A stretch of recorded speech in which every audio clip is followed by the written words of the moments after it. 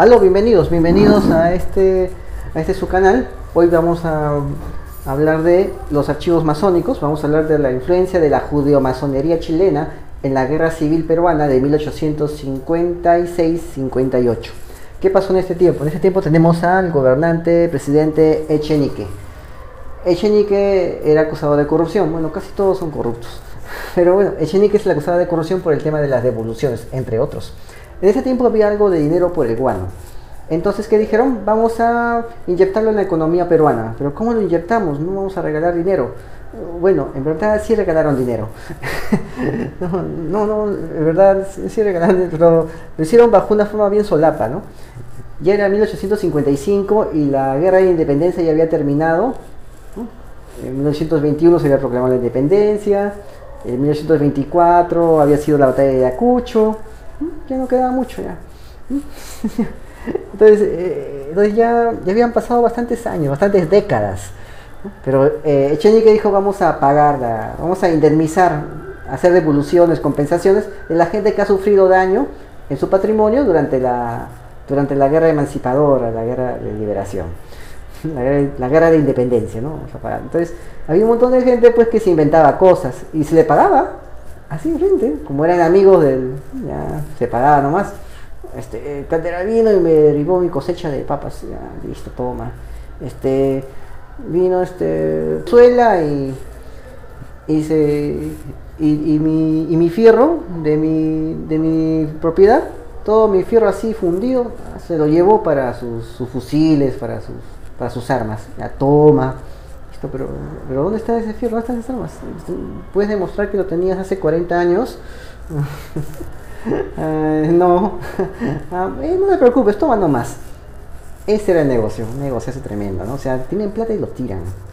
Se lo tiran. Estos liberales para hacer también su negocio. Pero ellos eran los buenos porque estaban en contra del corrupto, ¿entiendes? Igualito como sucede ahorita.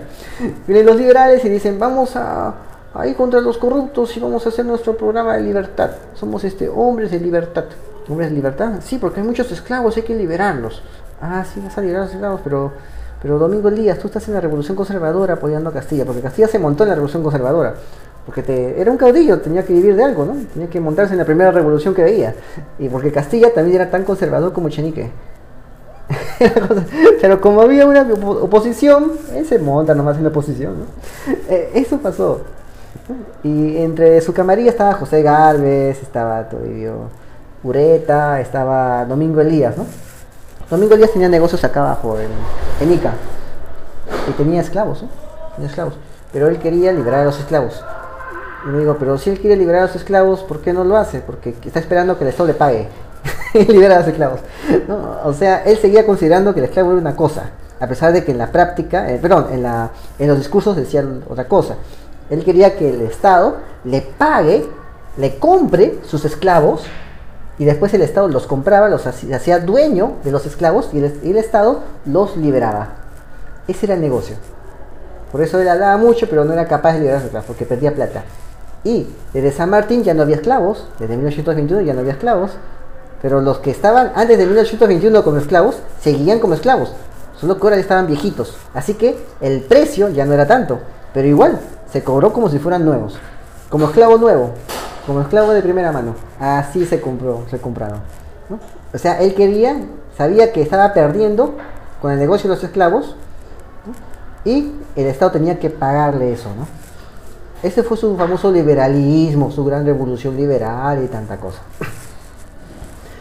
Entonces y la gente comenzó a levantarse, ¿no? O sea, en 1955 hacen una revolución y lo votan Echenique. Y hacen este negocio con los esclavos. Y la gente se da cuenta, pues, la gente no es tonta, ¿no? Liberaron 25.000 esclavos, pero había un pequeño problema. En el Perú solamente había 15.000. Se tiraron la plata, se inventaron esclavos. Es como ahora que se inventan montañas donde hay cerritos y se tira la plata. Cuando derriba la montaña, según ellos, cuando es un cerrito chiquito. Es un negociazo. Entonces se inventaron esclavos, Odebrecht se inventó una montaña. Así. ¿Ves? De Jabú todo se repite. Entonces ya la cosa ya era muy fuerte, la gente ya se estaba dando cuenta, la gente no es tonta, ¿no? E hicieron su constitución a su medida, una constitución liberal. A Castilla no le gustó para nada, pero él estaba ahí, pues. Castilla y sus liberales, ¿no? Era Castilla y sus liberales. Hay cosas que no le gustan, pero igual aguantaba porque le gustaba más le gustaba la mamadera de estar ahí sentadote, ¿no? Era como PPK, ¿no? En ese tiempo era Castilla y sus liberales, porque Castilla estaba casado con Francisca Díez Canseco. Francisca Díez Canseco, que era de la oligarquía arequipeña. O sea, no era así, era la oligarquía arequipeña, pero Castilla era de ahí, ¿no? Estaba casada con ellos, ¿no? Entonces era Castilla y sus liberales, ¿no? Es como decir PPK, ¿no? El banquero y sus caviares, ¿no? PPK y sus rojetes, PPK y sus rojetes caviares. En ese tiempo decían Castilla, el conservador, el mariscal Castilla, que era un conservador, y sus liberales. Igual pasaba, ¿no? O sea, ¿no? Esa combinación, ¿no?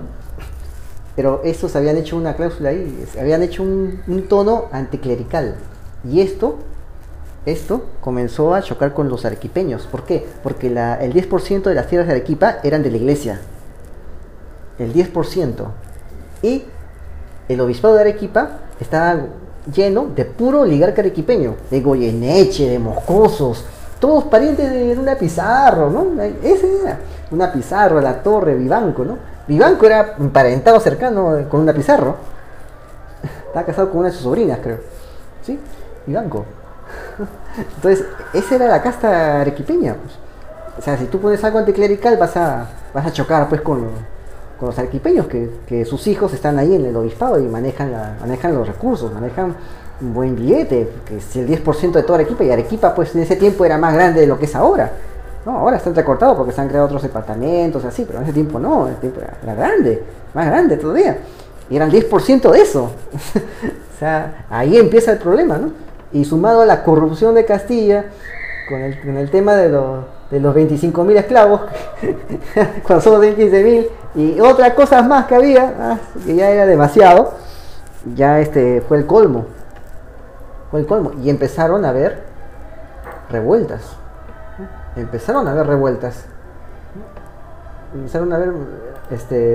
Revueltas, y la gente ya no aguantó y empezó todo a levantarse. ¿Qué tenemos? Y Castilla quita el tributo indígena, ¿no? Después crea la contribución general en marzo de 1855. Lo crea ahí. En marzo de 1865. Crea la contribución general, ¿no? Es casi lo mismo, ¿no? La gente ya se levantó, todos. Con eso ya se quita la gente de abajo, todo, o sea, el pueblo ya se molesta con eso de la contribución general, ¿no? Por eso hay revueltas hasta en Loreto, ¿no? Ayacucho hay revueltas, en Ancash hay revueltas, ¿no? Claro, Ayacucho, Ancash, donde había más indígenas. Esos se levantan también. También se levantan los oligarcas arequipeños, ¿no? Crean su constitución, la constitución liberal que tiene, ¿no? Para este negocio, ¿no? Una constitución para el negocio, ¿no? Esa constitución Castilla la juramenta el 18 de octubre del 56. Y aún antes de esta juramentación ya la gente ya se daba cuenta, ¿no? No quería que esto avance. Se levanta Arequipa en julio de 1855. Por este año se crea el Club Nacional del Perú. Ojo. Se levanta Islay en marzo del 56. Chincha el 14 de abril. Nauta el 30 de junio. Trujillo el 15 de agosto. Tángana el 22 de septiembre. Ayacucho, Ancash, todos se levantan. No logran su cometido. Y aquí es donde aparece la judeo-masonería. Sí, la judeo-masonería chilena aparece aquí. Así que vamos a hablar una frase del anuario masónico. Esta frase te va a relatar de cuerpo entero, vas a atar los cabos con esto, te voy a decir. A finales de 1856, recuerda que ya se había votado la Constitución de Castilla, la Revolución Liberal, todo eso, ¿no? Las revoluciones anteriores, las revueltas anteriores habían fracasado, ¿no? ¿Qué pasa a finales del 56? Jorge Lesmer, que era un empresario, ¿sí? Un importante empresario de Valparaíso, ¿sí? Y tenía sus dos calichines, que eran sus dos brazo izquierdo y brazo derecho. Uno era Manuel de Lima, que era el fundador de la judeo-masonería chilena, y su otro brazo de Lesmer era Blas Cuevas, ¿sí? Que fue el que reemplazó a Lesmer en el negocio del martilleo, porque en la casa Lesmer lo reemplaza. Este Blas Cuevas era su hermano masón de Manuel Lima. Y lo jala a Manuel de Lima, fundador de la judeo-masonería chilena, a la casa Lesmer. O sea, eran estos tres. O sea, este negocio, la casa Lesmer de Valparaíso, se volvió la sinagoga de la judeo-masonería chilena. Esa casa Lesmer era la fachada. Lesmer tenía una casa de martilleo, o sea, era rematador, y tenía varios intereses comerciales, corretaje marítimo hasta operaciones mineras en el norte de Chile. ¿Te das cuenta? Operaciones mineras, salida y todo eso, operaciones chilenas, ¿no? Y corretaje marítimo, ¿no? Recuerda, ahora ¿quién tiene el control del petróleo que viaja actualmente por el mar peruano? Los Von Appen, que son chilenos, los amiguitos de PPK, ¿no? Los socios de la conquista, ¿no? Esos. ¿Y quién la administra a los Von Appen? Esa empresa llamada Petrolera Transoceánica, que maneja el petróleo de acá de Perú. Se lo administran la Casa Buice, que son los ex empleados de PPK. Le pagaron como 3 millones de dólares, según lo que dice Carlos Malpica, por ayudarles en el tema del FOCOMI, porque ellos también eran mineros y no tenían cómo pagarle. Habían puesto préstamos en la minería y los mineros no tenían cómo pagarle a ellos, los Buices. Entonces se crea el FOCOMI, le pagan plata a los mineros y los mineros se lo pagan a los Buices recuperan su dinero prestado. Y el PPK se va por la puerta giratoria, deja de ser funcionario, porque era funcionario ahí, que era el que realizó todo eso, y lo contratan ya en el Banco Buice, 3 millones de dólares, 3 millones en dietas. Ahí está. ¿Te das cuenta, no? O sea, como que la historia se repite, ¿no? Ahora prosigamos. A fines de 1856, Jorge Lesmer facilita dinero a unos militares peruanos que habían estado exiliados en Chile para ayudarles a financiar una revolución en su patria. Estos se comprometen a pagar la deuda con guano proveniente de las Islas Chincha. Vamos a ver el punto tanto. Adivina quién estaba en Chile en ese tiempo. Se hace la rebelión de Arequipa el 31 de octubre. O sea, todo esto, un montón de rebeliones fracasan. Aparece una de Arequipa el 31 de octubre y esa no fracasa. Dura 2 años y al final tiene que cambiar la constitución. El levantamiento lo encabezan Domingo Camino, de Camino Bren, de oligarcas actuales, descendientes de esos ancestros de esos oligarcas actuales, los Camino Bren, y Diego Macías Illosa, que es ancestro de los Morales Bermúdez. Su yerno Morales Bermúdez, de Domingo Macías Illosa, que es hijo de la Llosa Benavides, que también es de Llosa, de Vargas Llosa, pariente de ese Vargas Llosa, de Llosa Benavides, ¿no? Que es el ancestro de Vargas Llosa actual, ¿no? Un día vamos a hablar también de ese Llosa Benavides, ¿no? Y sus jugadas, para que sepas cómo hacía, ¿no? Te vas a sorprender. Y ese es el abuelo de Morales Bermúdez, el de la época del gobierno militar, de los 70. Ya, prosigamos. Estos ya habían hecho una rebelión contra el Chinique, vuelvan a hacer otra vez. Y invitan, ¿qué pasa? Invitan a invitan a Vivanco, a Manuel Ignacio de Vivanco, que era el sobrino político de Luna Pizarro, que era un clérigo arequipeño muy influyente. Recuerda que la oligarquía arequipeña estaba metida en el obispado porque ahí estaba la plata. 10% de todas las tierras era, ¿entendiste? Entonces Manuel de Vivanco estaba ahí. Había regresado de su exilio en Chile a liderar el movimiento y en pocos días se armaron 500 hombres. ¿Entiendes? ¿Con qué dinero armó al toque 500 hombres? Estaba en Chile. Agarramos y vamos al anuario masónico. Dejamos nuestra historia de Perú, vamos al anuario masónico. Lesmer facilita dinero a unos militares peruanos en 1956 que habían estado exiliados en Chile para ayudarles a financiar una revolución en su patria. Estos se comprometen a pagar la deuda con guano proveniente de las Islas Chincha. Fue financiado por esta judeo-masonería la revolución. Por eso lo invitaron a Vivanco, porque Vivanco era el del billete. ¿Entiendes? Así como Toledo era el que recibió el millón de dólares de Soros, como tenía el dinero, era Toledo el que mandaba, vino con el dinero, igual Vivanco vino con el dinero, encabezó. Toledo viene con el dinero, encabeza. Se repite, la misma cuestión. Cuando tú veas así estas cosas aquí en la historia actual, ponte a pensar, porque esto se repite, no es por gusto. El 14 de febrero de 1857, o sea, en plena guerra civil, se firma un convenio entre Manuel de Lima, el fundador de la judeo-masonería chilena, y Jorge Lesmer, el jefe de la casa Lesmer, la casa fachada de judeo-masones. En él se acuerda que de Lima debe viajar a las Islas Chincha para embarcar el guano hacia Chile, todo el resto del año 57, o sea, en la mitad de la guerra, lo destina el judío Manuel de Lima a estas negociaciones, que le obligarán a permanecer en Iquique y Arica durante varios meses. O sea, durante el tiempo de la guerra civil, él estaba haciendo negocios allí en Perú, en contra del gobierno de Castilla, en contra del gobierno peruano legítimo, haciendo su negocio. Recién a mediados del año siguiente concluirán el negocio con muy poco éxito. ¿Entiendes?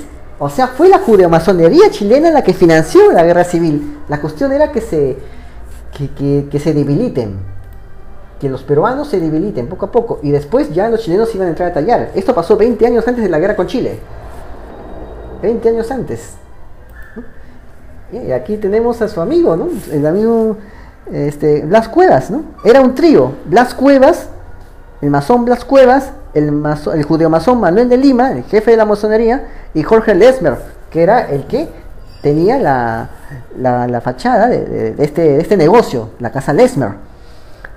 Posteriormente, cuando Jorge Lesmer muere, su negocio, que era la casa Lesmer, se convierte en la casa Cuevas, porque su empleado se toma todo el negocio, que era masón, ¿no? O sea, el negocio sigue bajo el poder masónico.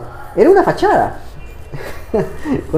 Dicen que el negocio no dio mucho éxito, ¿no? No tuvo mucho éxito, claro, porque el éxito era que haya guerra civil.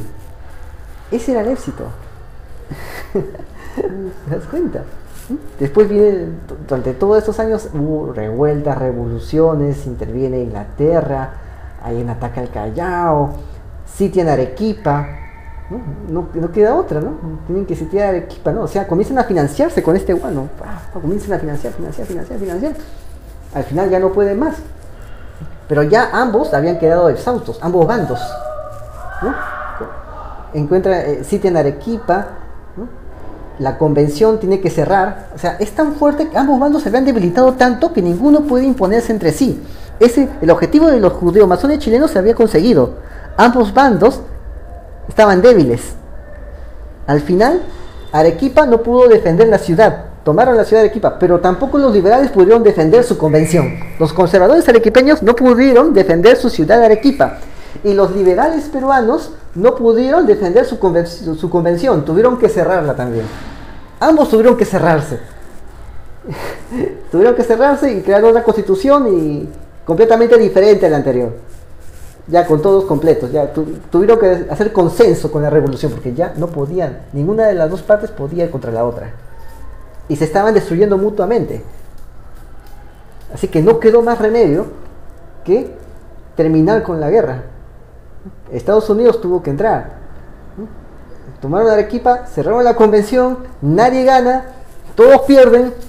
Bueno, los chilenos ganaron, todos pierden y creamos una nueva constitución. Una nueva constitución, y los chilenos ya estaban empezando a trabajar poco a poco. Y pronto vamos a hablar cómo es que empezaron a trabajar, para que lo puedas entender, ¿no? Bueno, esa es una parte. La judeo-masonería chilena financió la guerra civil antes, 20 años antes de la guerra con Chile, financió una guerra civil peruana. Y ambas partes se quedan debilitadas completamente. Ninguna logra imponerse a la otra, ¿no? Y el consenso que alcanzan no sirve de nada. Igual están debilitados. 20 años después viene Chile y gana la guerra. La judeo-masonería ya estaba poderosa en ese tiempo. La judeo-masonería chilena, ya estaba poderosa. De eso vamos a hablar en otra ocasión. Hasta luego.